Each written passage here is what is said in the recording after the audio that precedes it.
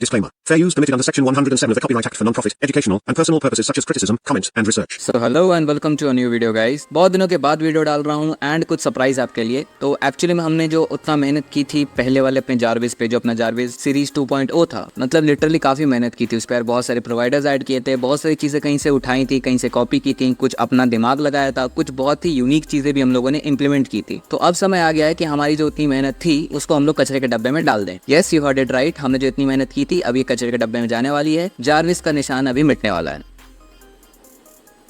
तो यहाँ पे अपना फोल्डर जो है वो डिलीट हो चुका है एंड अब हम लोग बनाएंगे एक नया जारविस। इसका हम लोग नाम रखेंगे नया नवेला जारविस। आई होप सो नाम सुंदर लग रहा हो। एंड चलो अब इसको हम लोग कोडिंग करने के लिए बैठ जाते हैं क्योंकि आपको कुछ नया मिलने वाला है। So welcome here. फोल्डर के नाम को इग्नोर करना, वो ऐसे ही रैंडमली रख दिया मैंने। देखो ये बेसिकली पहला स्टेप होने वाला है अपना जारविस की तरफ। ठीक है, हम लोग जारविस को अब फंक्शन कॉलिंग में इंप्लीमेंट करेंगे क्योंकि बहुत सारी चीजें हम लोग ऐसे इंटीग्रेट करने वाले हैं जो शायद ये अभी तक यूट्यूब पे किसी ने किया हो। एंड अपना जारविस अभी तक का मोस्ट एडवांस बनने वाला है। ये उसका एक पहला स्टेप है, कह लो एक बेसिक स्ट्रक्चरल लेआउट जो है वो मैं आपको इस वीडियो में बताऊंगा। हो सकता है वीडियो लंबी हो जाए, आपको टेंशन लेने की जरूरत नहीं है। मेरी तरफ से पूरी कोशिश रहेगी कि आपको बिल्कुल सिंपल से सिंपल मायने में मैं आपको सब कुछ समझा सकूं। एंड डोंट वरी, ये एकदम बिगिनर फ्रेंडली ट्यूटोरियल होने वाला है, तो आपको कहीं से कोई टेंशन लेने की जरूरत नहीं है। बस बेसिक पाइथन एटलीस्ट सीख लेना, तभी आपको बहुत सारी चीजें समझ आने वाली हैं। हालांकि स्टार्ट करने से पहले मैं एक बात बता देना चाहता हूँ कि एक्चुअली में पहले वाले जो अपने जारविस AGI था जिसपे अराउंड 133 स्टार्स मिले थे। Thank you guys for everything, जो आपने इतनी मेहनत की। हालांकि एक भी स्पॉन्सर नहीं मिला मेरे को, वो अलग बात है, बट स्टिल स्टार करने वाले भी लोग काफी थे एंड बहुत लोगों ने इसको डाउनलोड किया एंड अपना प्यार दिया। तो फिलहाल इसका जो सपोर्ट है वो बंद हो रहा है। हालांकि रिपोजिटरी आपको मिल जाएगी, उसका कोई टेंशन नहीं है, पर सपोर्ट अब बंद हो चुका है इसका। इसमें और कोई मॉडिफिकेशन मैं पर्सनली नहीं करूंगा। अगर आप चाहते हो तो आप इशू रेज कर सकते हो और मॉडिफाई कर सकते हो डायरेक्टरी को। बिल्कुल खुल्लम खुल्ला सपोर्ट है भाई आपको, बट मेरे तरफ से इसका सपोर्ट जो है अब फर्दर बंद हो चुका है। अब मैं दूसरा आपको रिपोजिटरी का लिंक दूंगा जिसमें आपको अपना नया जारविस जो है विद फंक्शन कॉलिंग एंड बहुत सारे एडवांस फीचर्स वो मिलेगा। उसको भी कोशिश करना कि इससे ज्यादा ही लाइक्स दो, क्योंकि आप जैसा सपोर्ट दिखाओगे उसी हिसाब से आपको रिस्पॉन्स मिलेगा। तो इस रिपोजिटरी का मैं लिंक आपको डिस्क्रिप्शन में दे दूंगा, टेंशन लेने की जरूरत नहीं है। अब चलो वापस आ जाते हैं अपने कोड वाले पार्ट पे। तो देखो, बहुत लोगों ने मुझे कहा था कि हम लोग जो अपना ट्रेडिशनल वे फॉलो कर रहे हैं इफ एल्स वाला, उसको हटा के हम लोग शिफ्ट करते हैं फंक्शन कॉलिंग पे। तो एक्चुअली में मैंने सबको ये बोला था कि function calling is not preferable for Jarvis, क्योंकि जैसे जैसे हम फंक्शंस ऐड करते जाएंगे, नए नए फीचर्स ऐड करते जाएंगे जारविस में, उसका कंटेक्स्ट विंडो भरता जाएगा। ठीक है, और कंटेक्स्ट विंडो एक ऐसी चीज है कि हर AI मॉडल अच्छे से नहीं एक्सपेक्ट करता है कि वो परफॉर्म करे अगर उसका कंटेक्स्ट विंडो काफी भरा हुआ है। फॉर एग्जाम्पल के तौर पर मैं बताता हूँ, आप ललामा लो। ठीक है, ललामा का कोई भी मॉडल उठा लो, अगर आप उसको मान लो विद इन 10,000 टोकन्स आप कुछ भी उसको इनपुट देते हो, तो उसका रिस्पॉन्स जो रहेगा, वो जो एक्सट्रैक्शन होगा उसका, और वही अगर आप सेम उसको 100K आप दे देते हो इनपुट टोकन, तब उसका जो रिस्पॉन्स होगा, दोनों में वेराइटी होगा। क्योंकि ललामा एक्चुअली जो 10,000 टोकन्स में से खोज रहा है और उसके बाद जो 100K टोकन्स है उसमें से जो वो एनालाइज कर पा रहा है डेटा, दोनों में काफी डिफरेंस रहेगा। टाइम टेकिंग भी रहेगा और कह लो आपका रिसोर्सेज भी कंज्यूम होगा और क्वालिटी भी डिग्रेड होती है। तो इसलिए फंक्शन कॉलिंग को प्रेफर नहीं कर रहा था। हालांकि मुझे इसका एक और नया जुगाड़ मिला है जिसकी वजह से मैं इसको फंक्शन कॉलिंग में इंप्लीमेंट कर सकता हूं। एंड सबसे बड़ा अपना फायदा यही रहेगा कि भले ही कोड कॉम्प्लिकेटेड लगे, बट अगर आपको थोड़ी सी भी पाइथन आती है तो अब आपके ये बहुत ज्यादा इजी हो जाएगा, क्योंकि इफ एल्स हम लोग यूज नहीं करेंगे, हम लोग फंक्शन कॉलिंग यूज करेंगे। तो बेसिकली हम लोग जेसन में कैटेगराइज करेंगे स्ट्रक्चर, एंड वो स्ट्रक्चर आपका पास ऑन होगा आपके API को। जो भी API सपोर्ट करती है फंक्शन कॉलिंग, उसको अभी हम लोग पास ऑन करेंगे। डोंट वरी, फ्यूचर में बहुत सारी चीजें आने वाली हैं। हम लोग खुद का भी अपना एक स्ट्रक्चर बनाएंगे कि आप किसी भी API प्रोवाइडर को फंक्शन कॉलिंग के थ्रू यूज कर सकते। सो आपको टेंशन लेने का तो बिल्कुल भी जरूरत नहीं है, ये बस एक पहला स्टेप है, ये बात ध्यान रखना। आने वाली वीडियोस में उतने सारे प्रोवाइडर्स जो हम लोगों ने ऐड किए थे पिछले जारविस में, वो सब कहाँ जाएंगे, वो सभी तो हम लोग यूज करेंगे। तो फंक्शन कॉलिंग हम लोग ऑब्वियसली यूज करने वाले हैं, हर प्रोवाइडर्स के साथ फंक्शन कॉलिंग यूज होगा, और हम लोग एक यूनिफाइड स्ट्रक्चर बनाएंगे जिसमें हम लोग हर टाइप के प्रोवाइडर्स ऐड कर सकें। And image generation, text generation, video generation, vision और भी जितने तरीके के होते हैं, सब कुछ एक ही फंक्शन में इंटीग्रेट करेंगे। सो आपको टेंशन लेने की कोई जरूरत नहीं है, सबके लिए मैं हूँ। सो फिलहाल चलो, बहुत सारी हम लोग ने टाइम वेस्ट कर दिए, अभी फोकस करते हैं अपने इस नए जारविस से। तो देखो, सबसे पहले तो आपको आ जाना है कोर में। कोर में देखो एक assistant.py नाम का एक मैंने फाइल बनाया है। ठीक है, अब यहाँ पे देखो हम लोग ग्रॉक करेंटली यूज कर रहे हैं, क्योंकि ग्रॉक आपको पहले से एक टेम्पलेट देता है फंक्शन कॉलिंग के लिए। ठीक है, जो कि बाकी मॉडल्स नहीं देते हैं। सॉरी, मॉडल्स बोल रहा हूँ, प्रोवाइडर्स की बात कर रहा हूँ मैं एक्चुअली। तो ऑलरेडी हम लोग पास बहुत सारे प्रोवाइडर्स हैं, डीप इंफ्रा था और पता नहीं क्या क्या हम लोगों ने ऐड किया, कहाँ से हम लोगों ने रिवर्स इंजीनियर किया था। So that is not a issue for us. हम लोग फ्यूचर में और भी नए प्रोवाइडर्स ऐड करेंगे जिसमें हम लोग खुद का टेम्पलेट, कस्टम टेम्पलेट बनाएंगे। अभी हम लोग के पास ऑलरेडी एक ही प्रोवाइडर है जो आपको एक अच्छा खासा सा हैवी यूजेज के लिए अलाउ करता है फ्री में, और साथ ही साथ टूल कॉलिंग सपोर्ट करता है। तो ये देखो आपको एपीआई की स्पेसिफाई कर लेनी है, आपको requirements.txt में आ जाना, आपको बहुत सारी मतलब दिखाई देता हूँ मैं। देखो इतने सारे हम लोगों के इंपोर्ट्स होने वाले हैं इस बार, तो ये इंस्टॉल कर लेना प्रेफरेबल है आपके लिए। तो ये अपनी एपीआई की रहने वाली है। एपीआई की आप कहाँ से जनरेट कर सकते हो, आपको आ जाना है ग्रॉक क्लाउड पे, ठीक है। ग्रॉक क्लाउड पे मैं आ जाता हूँ, एक्चुअली क्या खोल के रखा हूँ मैं। तो देखो आपको डॉक्यूमेंटेशन पे आ जाना है, ठीक है। डॉक्यूमेंटेशन पे आओगे तो आपको उसके बाद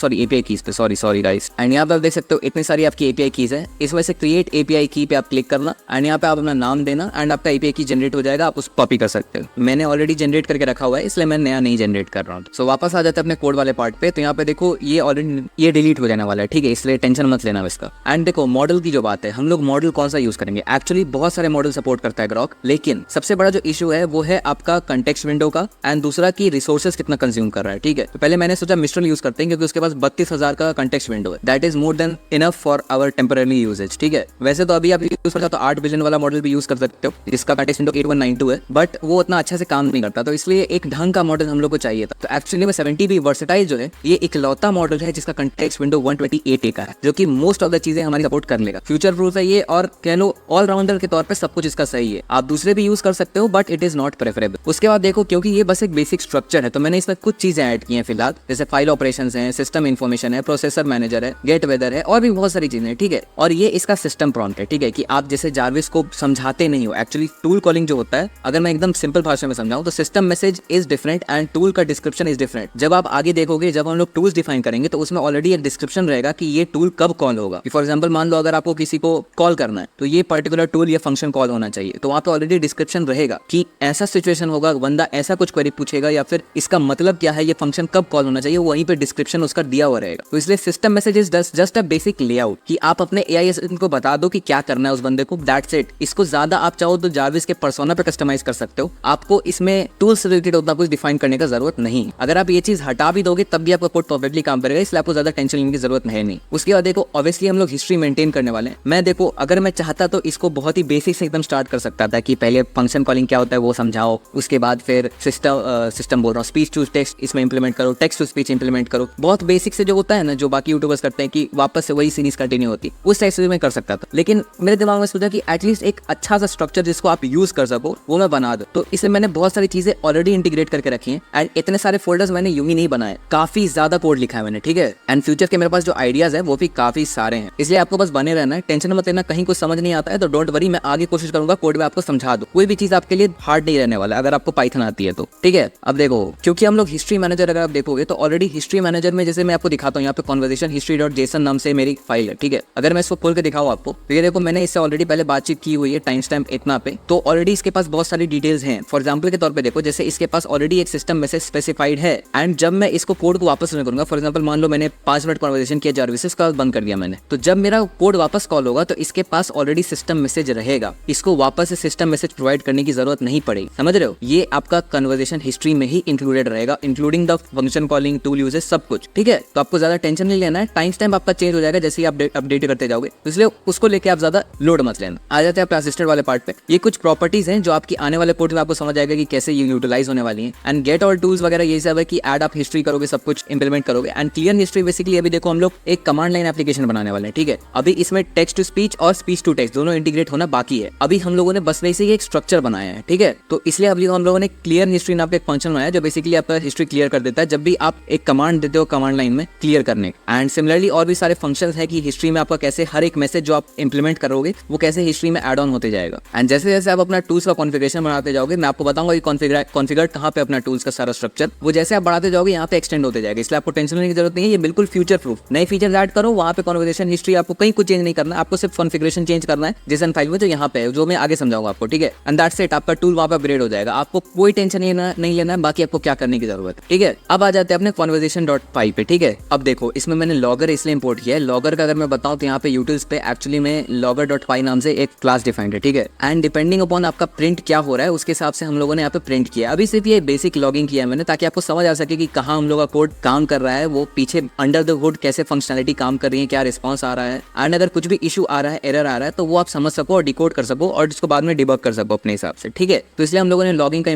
यूज किया इस बार। तो देखो बंदा सबसे पहले जो भी क्वेरी पूछेगा सबसे पहले तो वो प्रिंट हो जाएगा कि यूजर का क्वेरी भाई ये है, ऐसा है, और ये ग्रीन कलर में प्रिंट होगा ताकि आपको विजुअली थोड़ा समझ आए कि कहाँ क्या काम चल रहा है, ठीक है। उसके बाद बाद ये हिस्ट्री में ऐड हो जाएगा, आपका जो भी यूजर क्वेश्चन पूछेगा वो यहाँ पे हिस्ट्री में ऐड हो जाएगा। एंड उसके बाद अपना कन्वर्सेशन जो प्रोसेस करने का वो यहाँ पे इसका आगे का फंक्शन है। ठीक है, देखो ये आपकी ग्रॉक की फंक्शनलिटी है। ठीक है, सबसे पहले देखो आप एक कंप्लीशन डॉट क्रिएट नाम से एक फंक्शन होता है। बेसिकली अगर आपने ओपन एआई की डॉक्यूमेंटेशन पढ़ी है तो जनरली सब एआई मॉडल्स जो है उसी पे चलते हैं, जितने भी बड़े बड़े प्रोवाइडर्स हैं वो सब अपना इसी का यूज करते हैं। तो बेसिकली कंप्लीशन डॉट क्रिएट एक एंड पॉइंट है जहाँ पे आप चैट कर सकते हो। चैट में बेसिकली कन्वर्सेशन हिस्ट्री मेंटेन रहती है। एक और होता है टेक्स्ट जनरेशन, जिसमें कन्वर्सेशन हिस्ट्री मेंटेन नहीं रहती है, आपसे भी क्वेश्चन पूछते हो। तो क्योंकि हम लोग का कन्वर्सेशन वाला जारविस रहने वाला है तो इसलिए हम लोग यहाँ पे इस एंड पॉइंट का यूज करेंगे। मॉडल मैंने आपको ऑलरेडी बता दिया हम लोग क्या स्पेसिफाई करने वाला है। मैसेजेस में आपके हिस्ट्री के साथ जितने भी चीजें हैं वो यहाँ पे कॉल हो जाएंगी। उसके बाद देखो गेट ऑल टूल्स, यहाँ पे हम लोगों ने एक फंक्शन बनाया था। देखो गेट ऑल टूल्स का जो भी आप यहाँ कॉन्फ़िगरेशन में स्पेसिफाई करोगे वो यहाँ पे इंप्लीमेंट हो जाएगा। कैसे कॉन्फ़िगरेशन होगी वो मैं आगे बताऊंगा। ठीक है, उसके बाद मैक्स टोकन देखो हर मॉडल का अलग अलग होता है। ये मॉडल आपका 8192 टोकन सपोर्ट करता है। अगर आप चाहो इसको बढ़ाना तो बढ़ा सकते हो। कंटेक्स्ट विंडो मैक्स टोकन अलग होता है, ये बात हमेशा ध्यान रखना। ठीक है, उसके बाद देखो टूल चॉइस, आप देखो क्योंकि हम लोग का जारविस एक एआई होने वाला है एंड आप एक एआई मॉडल यूज कर रहे हो तो ऑब्वियसली हम लोग जो भी क्वेश्चन पूछेंगे उसमें अपना एआई मॉडल ही इसमें लगाएगा कि कौन सा बेस्ट रहेगा इसके लिए टूल चॉइस। कि मान लो जैसे अगर आपने टेम्परेचर पूछा तो वो टेम्परेचर वाले एपीआई को कॉल करना चाहिए। अगर आपने मान लो कोई फाइल मॉडिफाई करने बोला तो वो फाइल मॉडिफाई करने वाला टूल को कॉल करना चाहिए। अगर आपने किसी को कॉल करने बोला तो अपना जो कॉलिंग का फंक्शन होगा वो इंप्लीमेंट होगा। तो इसलिए टूल चॉइस जो है मतलब ऑटो में देंगे कि एआई मॉडल ही डिसाइड करेगा कि क्या उसको करना। उसके बाद अपना जो भी टूल चॉइस रहने वाला है उसको हम लोग इंप्लीमेंट करेंगे कि जो भी आपका जैसे आपने स्पेसिफाई तो कर दिया कि कैसे काम करेगा, बट वो कॉल वो इंप्लीमेंट भी तो होना चाहिए कि मॉडल स्पेसिफाई कर देगा कि क्या टूल कॉल होगा लेकिन रिजल्ट उसको स्पेसिफाई नहीं कर पाएगा। तो रिजल्ट हम लोग का कॉल होगा। उसके बाद जो भी अपना मैसेज कंटेंट होगा उसको हम लोग हिस्ट्री में इंप्लीमेंट कर देंगे, असिस्टेंट का जो भी रिस्पॉन्स होगा। एंड फाइनली हम लोग रिटर्न कर देंगे जो भी रिस्पॉन्स कंटेंट है। ठीक है, हैंडल टूल कॉल्स में देखो इस टाइप से आपको हिस्ट्री में ऐड करना पड़ता है। अगर आपको ऐड करना है, जैसे मैं कन्वर्सेशन हिस्ट्री दिखाता हूँ आपको एग्जांपल के तौर पे देख लो, यहाँ पे मेरा इंप्लीमेंट हुआ है। ठीक है, तो देख सकते हो पहले रोल हम लोगों ने टूल डिफाइन किया है, टूल आईडी डिफाइन की है, जो फंक्शन का नाम है जो आप स्पेसिफाई करोगे अपना फंक्शन का नाम पाइथन में वही आपको देना है एंड उसका जो भी कंटेंट हम लोग को रिटर्न होके आ रहा है। ठीक है, तो ये आपको यहाँ पे डिफाइन करनी है फंक्शन नेम आर्गुमेंट वगैरह जो भी है। एंड उसके बाद देखो यहाँ पे टूल कॉल हो जाएगा विद पैरामीटर जो भी आपने स्पेसिफाई किए थे। एंड उसके बाद फंक्शन का जो भी रिस्पॉन्स होगा वो यहाँ पे हम लोग को प्रिंट होकर आ जाएगा। हम लोग जेसन में रिस्पॉन्ड हम लोग करेंगे। इसको आप नॉर्मली टेक्सचुअल रिस्पॉन्स नहीं दे सकते हो, आपको जेसन में रिस्पॉन्ड करना जरूरी है। ठीक है, उसके बाद असिस्टेंट में हम लोग का ऐड हो जाएगा कि टूल आईडी क्या थी, टूल का रोल क्या था और फंक्शन नेम, मतलब आप समझ गए मैं क्या कहना चाह रहा हूँ। ये बेसिकली आपका पास करने का तरीका है कि जब आप असिस्टेंट में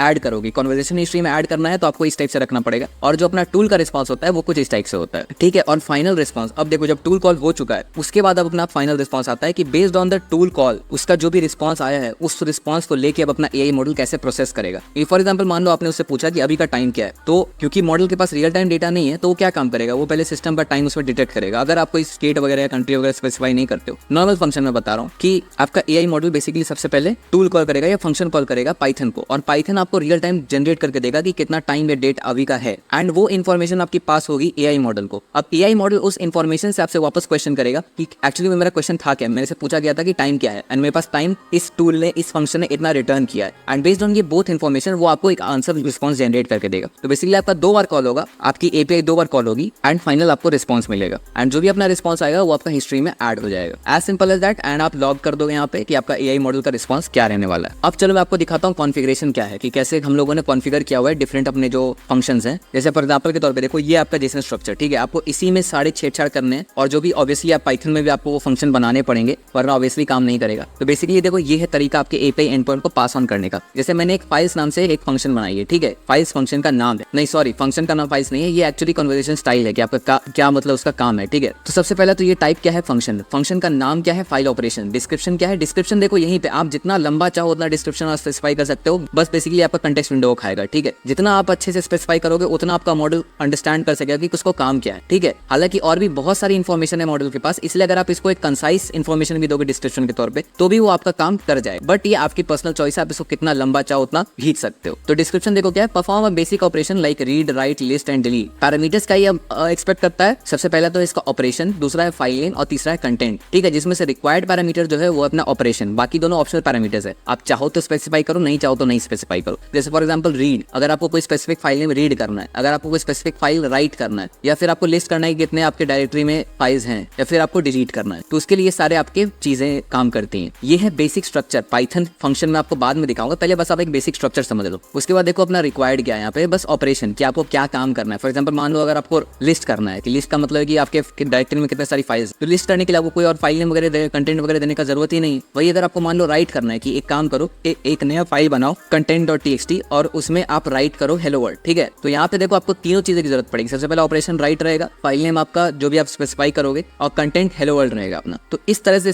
सारी चीजें काम करती हैं। दूसरा सिस्टम, फॉर एग्जांपल के तौर पे देख लो फंक्शन, ये अपना एक फंक्शन रहने वाला है, नाम इसका सिस्टम इन्फो रहने वाला है, एंड ये OS details like memory uses, disc space वगैरह सब कुछ ये काम करता है। पैरामीटर्स देखो क्या क्या ये एक्सेप्ट करता है, इन्फो टाइप, तो क्या आप इन्फो स्पेसिफाई कर रहे हो। अब इन्फो में भी बहुत सारी चीजें हो सकती है एनएम में, जैसे ओएस, मेमोरी, डिस्क, कि आपका ओएस का क्या है कॉन्फ़िगरेशन, मेमोरी कितनी, मतलब आपकी रैम कितना है, डिस्क कितना यूज हो रहा है आपका, मतलब आपका स्टोरेज कितना है। तो ये इन्फो टाइप है। बेसिकली कह लो ये मल्टीपल है, जैसे एक ही आपका वेरिएबल है लेकिन वो वेरिएबल स्ट्रिंग के तौर पे कुछ भी एक्सेप्ट कर सकता है, ठीक है। तो ऐसे ही करके हम लोगों ने बाकी फंक्शंस भी डिफाइन किए। आपको धीरे धीरे आगे सब कुछ मैं समझाऊंगा, इससे टेंशन लेने की आपको जरूरत नहीं है। अब देखो आता है अपना फंक्शंस फोल्डर, जहां पे हम लोगों ने फंक्शंस डिफाइन किए। आप देखो मैंने यहाँ पे टोटल 5 फंक्शंस डिफाइन किए, पांचों फंक्शंस अलग अलग है। जो यहाँ पे मैंने 5 ऐसे करके लिस्ट बनाई हुई है ना, सब इसी पे काम कर रहे हैं, यही है बेसिकली। सबसे पहले देखो करेंसी ऑपरेशन का मैं आपको बताता हूँ। ओपीएस मतलब ऑपरेशन होता है, ठीक है। देखो कन्वर्ट करेंसी नाम का मैंने एक फंक्शन बनाया है। ये बेसिकली एक एपीआई है, जो भी आप स्पेसिफाई करते हो। मान लो अगर आपने 100 यूएसडी मतलब यूएस डॉलर में आपने अपना अमाउंट दिया और उसको आपको कन्वर्ट करना है रुपीज में, तो ये एपीआई आपका वो काम कर देती है, ठीक है। अब अगर यही चीज हम लोगों को मैनुअली इंप्लीमेंट करना पड़ता, मतलब अपने इफ एल्स से, अपने पुराना बकवास वाला जो तरीका था, तो आप इफ एल्स लगाते हैं। पहले तो आप क्लासिफिकेशन बनाते हैं कि पहले क्लासिफाई करो भैया, क्लासिफाई करने के बाद रिस्पॉन्स जनरेट करो, रिस्पॉन्स में से एक्सट्रैक्ट करो, एक्सट्रैक्ट करने के बाद फिर एपीआई कॉल करो, अगर वो सही बैठता है तब उसका रिस्पॉन्स लो, और रिस्पॉन्स जनरेट करने के बाद आपका जो फाइनल आपको एआई रिस्पॉन्ड करके देगा वो करो। अब ये सारी चीजें जो है अपना एआई संभाले, अपने को कुछ नहीं करना है, अपने को बस फंक्शन डिफाइन करना है और ये जो पीछे बैकएंड में अपना कॉन्फ़िगरेशन वो डिफाइन करना है। आने वाले कुछ वीडियोस में आपको ये भी ऑटोमेटेड मिल जाएगा कि आपको बस फंक्शन डिफाइन करना है, उसके बाद ऑटोमेटिकली वो आपका मैप हो जाएगा टूल्स कॉन्फिग के लिए, ठीक है। ये जैसे ही कॉन्फ़िगरेशन आपका फाइल वहां पे अपडेट हो, सॉरी जैसे ही आप फंक्शन ऐड करोगे कॉन्फ़िगरेशन फाइल आपकी अपडेट हो जाएगी। तो हर चीज ऑटोमेटेड रहने वाला है, आसान बिल्कुल कर देने वाला हूं मैं आपके लिए। ऐसे आपको टेंशन तो बिल्कुल नहीं लेना है, ठीक है। तो ये आई होप सो सिंपल सा चीज है कि कैसे ये काम कर रहा है, इसको समझाने की जरूरत नहीं है। सिमिलर फाइल ऑपरेशन है अपना। यहाँ पे देखो फाइल ऑपरेशन में सबसे पहला लिस्ट, जैसे मैंने बताया था कि यहाँ पे देखो फाइल नेम और कंटेंट जो है वो ऑप्शनल है। अगर आपका ऑपरेशन लिस्ट रहने वाला है तो क्या काम होगा, रीड रहने वाला है तो क्या काम होगा, राइट रहने वाला है तो क्या काम होगा, सब कुछ यहाँ पे वैसे डिफाइंड है। फिर देखो जैसे सिस्टम ऑपरेशन मैंने बताया था, तो यहाँ पे देखो ओएस अगर रहता है तो आपको इतनी सारी इन्फॉर्मेशन जो है आपको पास ऑन होगी। मेमोरी अगर रहता है तो आपकी टोटल रैम कितनी, अवेलेबल रैम कितनी है, परसेंटेज यूज कितना है, वो आपका यहाँ पे रहेगा। डिस्क यूजेज वैसे ही है, प्रोसेसर मैनेजर वगैरह वगैरह जो भी आप स्पेसिफाई करना चाहते हो वो यहाँ पे आप कर सकते हो। वेदर का जैसे हम लोगों ने यहाँ पे एक सिंपल एपीआई यूज किया है, जो सबसे पहले तो आपको लैटिट्यूड और लॉन्गिट्यूड देता है, एंड उस लैटिट्यूड और लॉन्गिट्यूड को लेके आप वहाँ का temperature, relative humidity, weather code और विंड स्पीड आप निकाल सकते हो, ठीक है। एंड जो भी होगा फाइनली आपको देखो हर चीज मैंने जेसन में रिटर्न की है, ठीक है। तो अगर आपको जेसन नहीं आता है तो I will strongly recommend you कि जेसन जाके सीखो, वो बहुत जरूरी चीज है। आप इसको टेक्स्ट रिस्पॉन्स नहीं दे सकते हो कि चलो फाइनली जो भी रिस्पॉन्स आएगा उसको एज अ टेक्स्ट दे दो, नहीं, आपको जेसन रिस्पॉन्स ही देना है। अब ये आपके ऊपर है कि उसको आप कैसे कैटेगराइज कर सकते हो। स्ट्रक्चर कंप्लीटली आपके ऊपर है, अगर आपका एआई मॉडल उतना काबिल है कि वो स्ट्रक्चर समझ सके। अब फॉर एग्जांपल जैसे कोई 1 बिलियन का मॉडल उठा लो, जैसे ललामा 1B है, ललामा 3.1 1B या 3.2 जो भी है मेरे को याद नहीं है, उसको आप दे दो। अब उसको बहुत कॉम्प्लिकेटेड जेसन स्ट्रक्चर समझा दो, उसकी औकात से बाहर चला जाएगा, उसके पल्ले ही नहीं पड़ेगा। तो जेसन स्ट्रक्चर भी अपना ऐसा रखना कि एआई मॉडल को समझ आए। बहुत कॉम्प्लिकेटेड बना दोगे, बहुत लंबा चौड़ा बना दोगे तो भी मॉडल कंफ्यूज कर जाएगा, ठीक है। यहाँ पे मैंने आई होप से सारे फंक्शन समझा दिए। उसके बाद आता है अपना यूटिलिटीज का फोल्डर। देखो यूटिलिटीज में मैंने लॉगर आपको ऑलरेडी समझा दिया, हिस्ट्री मैनेजर और मैसेज फॉर्मेटर में आपको समझाता हूँ। बेसिकली हिस्ट्री मैनेजर यही है कि आपका कन्वर्सेशन हिस्ट्री डॉट जेसन जो है, इसमें ये सारी फाइल जो है वो कैसे अपडेट कर रहा है, लोड कर रहा है, और आपका कैसे इंश्योर कर रहा है कि आपका कहीं ये ग्लिच ना कर जाए, ठीक है। फॉर एग्जाम्पल के तौर पर देखो सबसे पहले तो आप हिस्ट्री फाइल जो भी आप अपना नाम स्पेसिफाई करना चाहो कर सकते हो, आपको कोई बिल्कुल छूट है इसमें, ठीक है। हिस्ट्री फाइल अगर नहीं है तो वो नया क्रिएट कर देगा, एंड उसका लोड और क्रिएट कन्वर्सेशन। अगर आप ऑलरेडी बात करते आ रहे हो अपने जारवे से तो उसके पास ऑलरेडी कन्वर्सेशन रहेगा, लेकिन अगर नहीं रहता है तो वो लोड करेगा, ठीक है। उसका स्टार्ट न्यू कन्वर्सेशन, कि जब भी आप नया कन्वर्सेशन स्टार्ट करते हो, बेसिकली जब भी आप नया कॉल करते हो तो वहाँ पे टाइम स्टैम्प अपडेट होगा कि चलो भाई नया टाइम स्टैम्प पे अपना कन्वर्सेशन स्टार्ट हुआ है। ये बेसिकली हम लोग के लिए, इसका एआई मॉडल से कोई वास्ता नहीं है। हम लोग के लिए कि कब हम लोग को पता रहे कि कब अपना नया कन्वर्सेशन स्टार्ट हुआ है, कब अपना पुराना कन्वर्सेशन खत्म हुआ है, एंड ये रियल टाइम अपडेट होगा। जैसे ही आपका रिस्पॉन्स जनरेट होता है या फिर आप कुछ क्वेरी पूछते हो वो ऑटोमेटिकली वहाँ पे अपडेट हो जाएगा। उसका लोड ऑल कन्वर्सेशन से आपका सेव कन्वर्सेशन का फंक्शन है, ऐड मैसेज का फंक्शन है। ये बेसिकली कुछ नहीं, ये काम का इग्नोर करो यार, कोई दिक्कत की बात नहीं है। करंट मैसेज क्या है, क्लियर करंट कन्वर्सेशन। अगर आप चाहो, जैसे मैंने बताया था कि अभी एक टेक्स्ट कमांड लाइन एप्लीकेशन है तो इसलिए क्लियर करने का मैंने ऑप्शन दिया है, अगर आप चाहो तो हटा भी सकते हो, कोई इसमें दिक्कत की बात नहीं है। मैसेज फॉर्मेटर बेसिकली क्या काम करता है कि एक्चुअली में देखो ये जो स्ट्रक्चर है हिस्ट्री मैनेजर का, ठीक है, ये एक जेसन स्ट्रक्चर है, एंड जो आपका यहाँ मैसेज फॉर्मेट होगा, मतलब जो आपके एआई को पास होगा, वो जेसन स्ट्रक्चर नहीं रहेगा, उसमें बहुत सारी चीजें चेंज करनी पड़ेगी। टूल कॉल का अलग सिस्टम रहेगा, रोल आपको अलग स्पेसिफाई करना पड़ेगा, कंटेंट आपको अलग स्पेसिफाई करना पड़ेगा। बेसिकली आपको बहुत सारी चीजें जो है अपने एआई मॉडल के प्रोवाइडर के हिसाब से चेंज करनी पड़ेंगी, वरना आपका एपीआई एरर फेंक देगा कि भाई मेरे को फॉर्मेट ही नहीं समझ आ रहा है, तुम भेज क्या रहे हो। अब जैसे एग्जांपल के तौर पे मैं बताता हूँ, जैसे ये जो मेरी कन्वर्सेशन हिस्ट्री है, अब इसको मैं एज इट इज पास कर दूंगा तो नहीं समझ आएगा। जैसे टाइम स्टैम्प अगर आप पास कर दोगे तो आपका एरर आ जाएगा, क्योंकि पेलोड एक्सेप्ट ही नहीं करता टाइम स्टैम्प। बहुत सारी चीजें ऐसी है कि आपको चेंज करना पड़ेगा, इस हिसाब से आप पास नहीं कर सकते हो। तो यहाँ पे अपना मेजर काम जो है वो है मैसेज फॉर्मेटर का, कि इसको कंपैटिबल बनाए अपने एपीआई के लिए। एक हो गया कि आपको विजुअली समझ आना चाहिए। अगर जैसे मैं आपको इसका ये स्ट्रक्चर प्रोवाइड करके दे दूंगा, आपको 1 रुपया नहीं समझ आ रहा, मैं सही बता रहा हूँ। लेकिन वही अगर मैं इसको मैसेज को फॉर्मेट कर दूंगा और आपके लिए कंपैटिबल बना दूंगा जेसन फॉर्मेट में, तब आपको इजीली समझ आने लगेगा। तो बेसिकली दोनों का काम करना है कि मॉडल को भी समझ आए और इंसान को भी समझ आए, तो वहां पे इसका बेसिकली काम आता है। तो आई होप सो मैंने यहाँ तक सब कुछ समझा दिया, ठीक है। अब देखो एक और चीज ऑप्शनल चीज है, ठीक है, मैं समझाना चाहूंगा। जैसे देखो मैंने यहाँ पे एक टेस्ट नाम का फोल्डर बनाया था जिसमें टेस्ट फंक्शंस मैंने ऐड किए थे, ठीक है। एंड देखो इसमें बेसिकली था क्या, मैंने हर चीज टेस्ट की थी, ठीक है। ज्यादा कुछ मैंने बहुत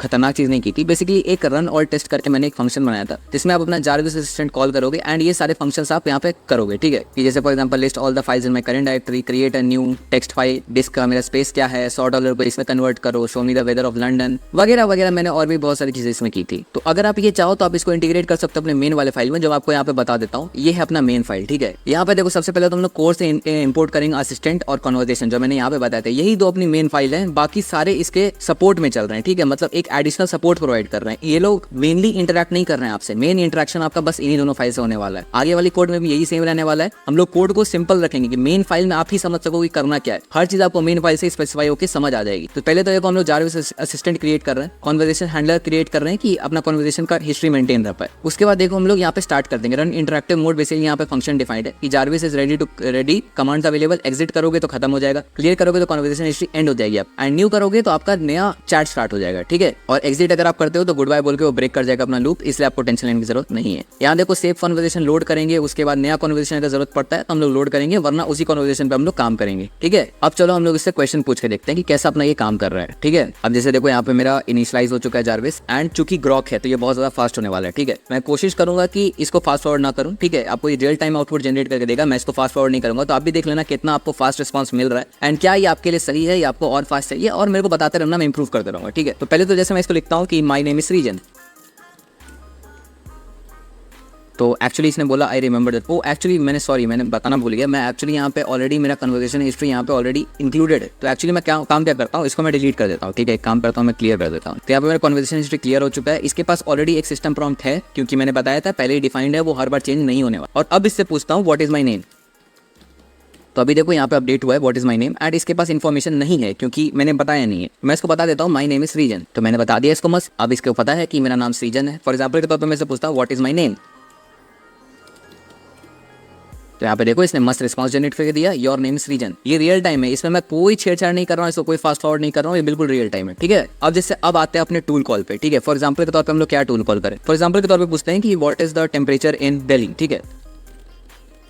तो यहाँ पे देखो मैंने टेम्परेचर पूछा है, यहाँ पे असिस्टेंट ने टूल कॉल किया है, ठीक है। एंड यहाँ पे देखो इसका रिस्पांस आया है, the current temperature in Delhi is 28.0 degree Celsius with humidity 51%, ठीक है। ऐसा टेम्परेचर चल रहा है अभी। अब आई होप सो ये असली होना चाहिए, क्योंकि आइडिया मेरे को भी नहीं है, मैं एपीआई के भरोसे चल रहा हूँ। एपीआई ने जो भी मेरे को रिस्पांस जनरेट करके दिया वो मैंने मान लिया। यहाँ पे देखो इसने कैसे कॉल किया है, सबसे पहले असिस्टेंट वगैरह कॉल हुआ है, वगैरह वगैरह जो भी कॉल होने का था। उसके बाद गेट वेदर फंक्शन कॉल हुआ है, जो कि मैंने यहाँ पे डिफाइन किया है यहाँ पे वेदर ऑपरेशन में। एंड उसका स्टेटस देखो क्या है, सबसे पहला success, location Delhi, country India, temperature इतना है, ह्यूमिडिटी इतना है। ये डिग्री सेल्सियस का आपका वो यूबी जो भी है ना, ये डिग्री का मतलब वो जो बीच में डिग्री आता है ना, ये देखो डिग्री का जो छोटा सा सिंबल है वो भी इसका कोड है। ह्यूमिडिटी आपका 51% है, विंड स्पीड इतना है, ठीक है। अब देखो इसने विंड स्पीड भी कैलकुलेट किया, लेकिन अपना एआई मॉडल जो है उसने इसको अकाउंट में लिया ही नहीं। अब जैसे इससे मैं वापस पूछता हूँ what is the wind speed, सबसे पहली बात तो एक्चुअली में एआई मॉडल के पास हिस्ट्री है, तो इसलिए उसको पता है कि कहाँ का विंड स्पीड पूछ रहा हूँ, एंड उसके पास ऑलरेडी कंटेंट में इसका डेटा है, इसलिए उसको दोबारा टूल कॉल करने की जरूरत नहीं पड़ेगी। जैसे मैंने यहाँ पे कॉल किया एंड देखो इसने मेरे को रिस्पॉन्स जनरेट करके दे दिया। इसने टूल कॉल नहीं किया, अपना एआई मॉडल इतना समझदार है कि वो आंसर जनरेट करके दे सके, तो आपको मेहनत करने की जरूरत नहीं पड़ी। अगर यही चीज हम लोग मैनुअल जारविस में करते तो अपना जारविस यहाँ से उसके औकात के बाहर चला जाता है ये चीज, क्योंकि पहले वो क्लासिफाई करता है, बाद में वो हिस्ट्री में पास ऑन करता है। तो यहाँ पे हर चीजें एक साथ हो रही है, इसलिए आपका कोड सबसे पहले तो कम हो गया, आपकी कॉम्प्लेक्सिटी कम हो गई और आपका कोड फास्ट हो गया। तीन चीज हम लोग की यहाँ पे इंप्रूवमेंट हुआ है इसमें। अब जैसे मैं कुछ और इससे पूछता हूँ कि फॉर एग्जाम्पल मैं पूछता हूँ कि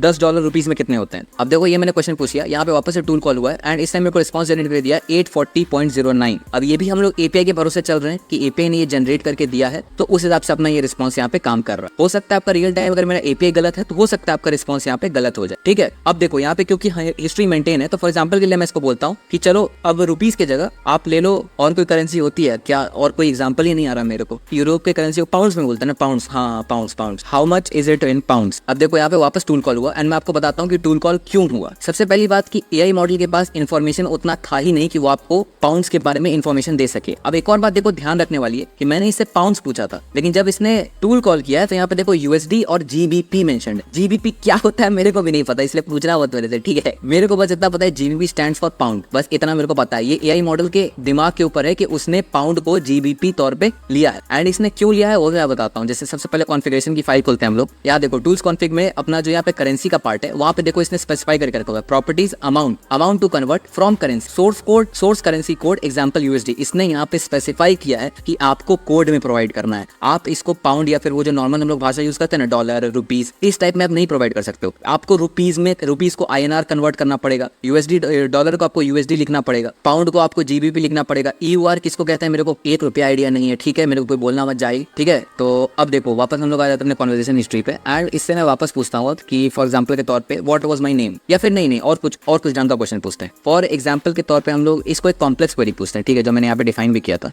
यहाँ पे check system memory usage and if it is above 80% create a warning note about it, ठीक है। अब यहाँ देखो मैंने इसको पेस्ट कर दिया है एंड इसको मैं अब क्लिक करता हूँ। अब यहाँ देखो सबसे पहले नोट मैनेजर कॉल हुआ है, उसमें क्रिएट हुआ है कि सिस्टम मेमोरी वार्निंग अगर 80% के ऊपर रहती है तो कंसिडर रीस्टार्टिंग और अपग्रेडिंग योर सिस्टम। अब देखो नोट्स कहाँ क्रिएट हुआ होगा, क्विक नोट्स में आओ और यहाँ पे सिस्टम मेमोरी वार्निंग .txt, हर चीज इसने खुद से की है। मैंने सिस्टम मेमोरी वार्निंग .txt नाम की कोई फाइल नहीं बनाई थी, ठीक है। उसने उसका नाम स्पेसिफाई किया, उसके बाद उसका कंटेंट स्पेसिफाई किया। हालांकि अभी देखो अगर यही चीजें हम लोग और अच्छे से करते तो हम लोग का यहाँ पे मल्टीपल टूल कॉल होता। सबसे पहला टूल कॉल होता, और नहीं एक्चुअली सॉरी अरे भाई देखो यही होता है, ज्यादा आप उछलने लग जाते हो ना तो गलती हो जाती है। यहाँ पे देखो मल्टीपल टूल कॉल हुआ है, मेरे को लगा मेरा कोड ही गलत है। एक्चुअली मैंने टेस्ट किया था उस समय काम कर रहा था, मेरे को लगा अभी कुछ गलती हो गई होगी। यहाँ देखो मल्टीपल टूल कॉल हुआ है। सबसे पहला टूल कॉल हुआ है सिस्टम इन्फ, उसमें इसने मेमोरी रिट्रीव की है एंड उसका मेमोरी इसने इन्फॉर्मेशन दिया कि सक्सेसफुली रिट्रीव। अब वो ऑलरेडी 80% से ऊपर था, अब ये इसकी गलती है कि इसने बताया नहीं, ठीक है। अब जैसे मैं इसे पूछता हूँ what was my memory usage, यहाँ पे देखो टूल कॉल नहीं हुआ लेकिन अपना सिस्टम मेमोरी यूजेज जो था वो 65.5% था। अब ये कंप्लीटली एआई के ऊपर है कि कैसे इसने यहाँ पे फाइल बनाया। जैसे इसने लिखा system memory usage is 80%, consider restarting और अपग्रेडिंग योर सिस्टम, ठीक है। हालांकि मैंने इससे पूछा था कि if it is 80% then create a warning note about it, हालांकि ये गलत समझा, ठीक है। सबसे पहली बात इसने मेमोरी कॉल किया, इसको पता चला कि 65.5% अपना टूल यूजेज था, ठीक है, बट स्टिल इसने नोट बनाई। अब ये नोट क्यों बनाया, क्योंकि हम लोगों ने डिस्क्रिप्शन सही से नहीं दिया था। मे भी पहला रीजन ये हो सकता है। दूसरा रीजन ये हो सकता है कि हो सकता है आपका मॉडल उतना काबिल ही ना हो कि वो समझ पाए आपका डिस्क्रिप्शन। अब जैसे GPT-4o को यूज करोगे, आई एम डैम श्योर वो इसको आराम से समझ लेता, पर अपना ललामा 70B को आप ज्यादा कुछ एक्सपेक्ट नहीं कर सकते, तो हो सकता है उससे गलती हो जाए। मैंने पिछले बार जब इसको किया था काम तब ये सही था, बट अभी पता नहीं है क्यों गलत हो गया। तो इसने सबसे पहले तो मेमोरी कॉल किया, उसके बाद इसने ऑल्सो ये स्पेसिफाई किया। अब जिससे मैं और कॉम्प्लिकेट करता हूँ उसको, ठीक है, मैं इससे पूछता हूँ कि अगर मेरा डिस्क लाइक फॉर एग्जाम्पल रुको मैं काम करता हूँ, मैं इसको और अच्छे से स्पेसिफाई करता हूँ। Check my system memory usage and if it is 80% above create a warning note about it and if it is not then don't create a note. चलो अब देखते हैं क्या करता है ये। देखो इसने मेमोरी पहले किया, उसके बाद विथ पैरामीटर्स इसने फिर से क्रिएट किया and I have no idea इसने क्यों क्रिएट किया। मेरे ₹1 पल्ले नहीं पड़ा ये, ठीक है। तो छोड़ो, मतलब देखो हम लोग का वही डिस्क्रिप्शन में गलती है, ठीक है। तो आई होप सो आपको बेसिक समझ आ गया होगी कैसे अपना यहाँ पे टूल कॉलिंग फंक्शन कॉलिंग काम कर रही है। एंड मैंने हर चीज आपको एकदम रियल टाइम में दिखाया है, मैंने कहीं यहाँ पे कोई कट वगैरह नहीं लगाए, इसलिए ये जो भी आउटपुट है ये ग्रॉक का रियल टाइम में। And the best part is कि ग्रॉक आपको काफी फ्री टियर में काफी चीजें प्रोवाइड करता है, काफी रेट लिमिट उसका अच्छा है, तो इसलिए आपको टेंशन लेने की जरूरत नहीं है आप। लेकिन एक और बात चेक कर सकते हो, जैसे टूल कॉल आईडी हर कॉल का अलग अलग है, तो इससे आप एक स्पेसिफिक टूल कॉल को भी कॉल कर सकते हो कि कौन सा टूल कॉल किस लिए कॉल हो रहा है। तो खैर छोड़ो, इसको हम लोग कोशिश करेंगे कि आने वाले कोड में या फिर आने वाले वीडियोस में मैं इसको कोशिश करूंगा कि ठीक कर सकूं। अभी आपको आई होप सो आपको समझ आ गई होगी कैसे ये चीजें काम कर रही हैं। अब जैसे इसने गुड बाय बोल दिया, मैं इसको बंद कर देता हूँ। मेरी कॉन्वर्सेशन हिस्ट्री यहाँ पे अपडेटेड है, जैसा कि आप देख सकते हो टाइम स्टैम्प वगैरह सब कुछ इसने अपडेट किया है, जैसे जैसे मैंने कॉन्वर्सेशन की सब कुछ जैसे अच्छे से अपडेट किया है। तो आई होप आपको बेसिक स्ट्रक्चर, लेआउट और मेरा जो फ्यूचर विजन है वो आपको समझ आ गया होगा। तो इसलिए आपको ज्यादा टेंशन लेने की जरूरत नहीं है। एंड मैंने कोशिश की कि आपको हर चीज अच्छे से समझा सकूं। एंड आपको इसका नया जो सोर्स कोड है आपको ये भी आपको डिस्क्रिप्शन में मिल जाएगा, जाके चेक कर लेना। कोशिश करूंगा गिटहब रिपोजिटरी बना दूं इसकी। एंड जैसा होगा आपको नीचे डिस्क्रिप्शन में जाकर देख लेना। अगर अच्छा लगा कोड तो बिल्कुल शेयर और सब्सक्राइब जो भी आप कर सकते हो करना। नहीं अच्छा लगा हो तो अपने कमेंट्स पास करना कि क्या दिक्कत थी, कैसे इसको इंप्रूव किया जा सकता है, या कुछ भी आपको अच्छा लगे जैसे आपको मन करे वैसा आप कमेंट करो भाई, ठीक है। एंड सबसे अपना इंपॉर्टेंट पार्ट यही होने वाला है कि हम लोग एक ऐसा स्ट्रक्चर बनाएंगे बेसिकली, जैसे आपने देखा होगा अभी रिसेंटली जैसे वर्टेक्स है, वर्टेक्स ने अपना रॉ डॉग बनाया, दिव्यांश ने अपना कोड ब्रू बनाया, हम लोग अपना कुछ रॉ ब्रू टाइप बनाएंगे, ठीक है। अभी मैंने नाम नहीं सोचा, एग्जाम्पल के तौर पर बता रहा हूँ, जिसमें बेसिकली आप कोई भी प्रोवाइडर ऐड करो उसमें फंक्शन कॉल इंप्लीमेंट कर सकते हैं आप, एंड उसको और भी ज्यादा मॉडिफाई करेंगे। हम लोग दोनों से इंस्पिरेशन लेंगे, अपना दिव्यांश से भी इंस्पिरेशन लेंगे, वर्टेक्स से भी इंस्पिरेशन लेंगे, एंड मिलकर कुछ अपना ऐसा कंबाइंड टूल बनाएंगे जिससे और ज्यादा कुछ हम लोग प्रोडक्टिव कर सके। ऐसे ही अपनी कम्युनिटी ग्रो होगी कि हर यूट्यूबर अपना कुछ नया बनाए और हम लोग एक दूसरे के आइडियाज को और टॉपिक्स को कॉपी करके उसको और भी कुछ अच्छा इंप्लीमेंटेशन दे सके, ठीक है। तो आई होप सो सबके लिए अच्छा होगा ये। एंड काफी दिनों के बाद मैंने स्टार्ट किया यूट्यूब पे, तो जैसा रिस्पॉन्स रहेगा उसके हिसाब से देखूंगा क्या करना है। तो चलो आई होप आपको मजा आएगा इस वीडियो में। मिलते हैं अगली वीडियो में, तब तक के लिए बाय बाय।